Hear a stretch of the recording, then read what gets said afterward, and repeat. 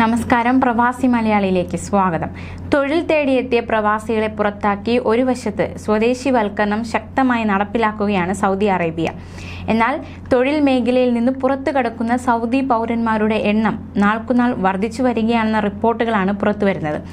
സ്വകാര്യ മേഖലാ ജോലികളിൽ നിന്നാണ് കൂടുതൽ പേരും ഒഴിവാകുന്നതെന്ന് സൗദി ഗസറ്റ് പ്രസിദ്ധീകരിച്ച റിപ്പോർട്ടിൽ ചൂണ്ടിക്കാണിച്ചിരിക്കുകയാണ്.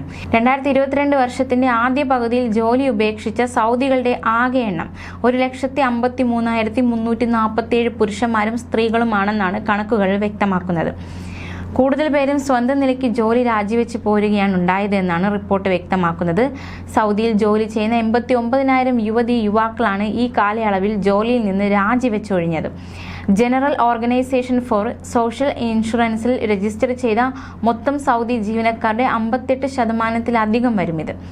സ്വകാര്യ മേഖലയിൽ ഉൾപ്പെടെ സ്വദേശികളുടെ പ്രാതിനിധ്യം ശക്തിപ്പെടുത്താൻ അധികാരികൾ നിരവധി സഹായ പദ്ധതികൾ ഉൾപ്പെടെ വാഗ്ദാനം ചെയ്തിട്ടുണ്ടെങ്കിലും തൊഴിൽ ഉപേക്ഷിക്കുന്ന സ്വദേശികളുടെ എണ്ണം കൂടി വരുന്നത് എന്തുകൊണ്ടാണെന്ന് വ്യക്തമല്ല.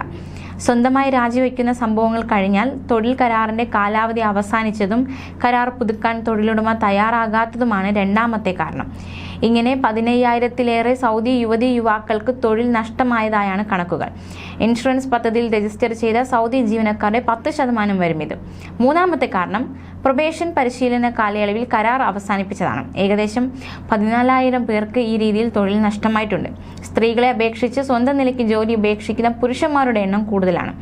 അങ്ങനെ സ്ത്രീകൾ ജോലി നിർത്താനുള്ള കാരണങ്ങളിൽ പ്രധാനം തൊഴിലുടമ കരാർ അവസാനിപ്പിച്ചതും ഇത് പുതുക്കാത്തതുമാണ്.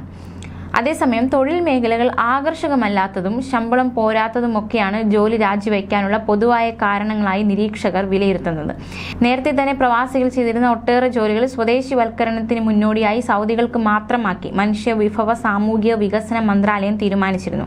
എന്നാൽ ഇങ്ങനെ ജോലിയിൽ പ്രവേശിച്ചവരിൽ പലരും തൊഴിൽ വിടുന്നതായാണ് പുതിയ റിപ്പോർട്ട് വ്യക്തമാക്കുന്നത്. സ്വകാര്യ മേഖലയിൽ സൗദികളെ ജോലിയിൽ തുടരാൻ പ്രേരിപ്പിക്കുന്നതിന്റെ മുന്നോടിയായി സാമ്പത്തിക സഹായവും യാത്രാ സൗകര്യങ്ങളും പരിശീലനങ്ങളും ഉൾപ്പെടെ വിപുലമായ പദ്ധതി അധികൃതർ നടപ്പിലാക്കി വരികയാണ് ചെയ്യുന്നത്.